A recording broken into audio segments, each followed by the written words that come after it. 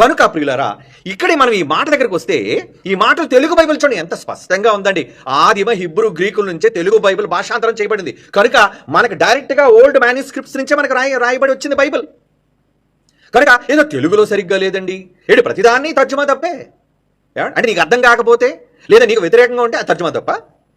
ప్రతి దానికి భిన్నత్వాన్ని చెప్పేవాళ్ళు వీళ్ళు. కాబట్టి ఏమండి ఇక్కడ మీరు ఆలోచించాలి ఏంటది 7వ వచనం, సాక్ష్యం ఇచ్చేవారు ముగ్గురు అనగా ఆత్మయు నీళ్లు రక్తమయు ముగ్గురు ఏకీభవించి ఉన్నారు. ఆత్మ చెబుతున్నాడు, నీళ్లు అంటున్నాడు, రక్తం అంటున్నాడు, వీళ్ళు ముగ్గురు కూడా ఏకీభవించారంటే 3 విట్నెస్. ఏంటంటే సాక్ష్యం అన్నాడు. 7వ వచనం ఏమన్నాడు? అది విట్నెస్, 3 విట్నెస్. యేసు ప్రభువు గారిని గురించి విట్నెస్. ఏమండి ఓకే, ఇప్పుడు దీని ఇంగ్లీష్ బైబుల్లో ఏమనుందో అనేది మీకు చూపిస్తాను. నాన్న ఒకసారి స్క్రీన్ షాట్ తీసింది, లేదంటే ఆ వెర్షన్లో ఉన్నది చూపించు, ఎందుకంటే నా బైబుల్లో ఉంది. ఓకే, ఇక్కడ చూడండి, 1 జాన్ మీ దగ్గర కూడా ఉంటుంది చూడండి. 7వ వచనం చదువుతున్నాను. సాక్ష్యం ఇచ్చేవారు ముగ్గురు అనగా ఆత్మయు నీళ్లు రక్తమయు ముగ్గురు ఏకీభవించి ఉన్నారు. ఓకే, తెలుగులో మీకు అర్థమైంది. 7లో ఇంగ్లీష్లో ఏం చూడండి. For there are 3 that bear record in heaven, the Father, the Word and the Holy Ghost. అంటే ఏంటి?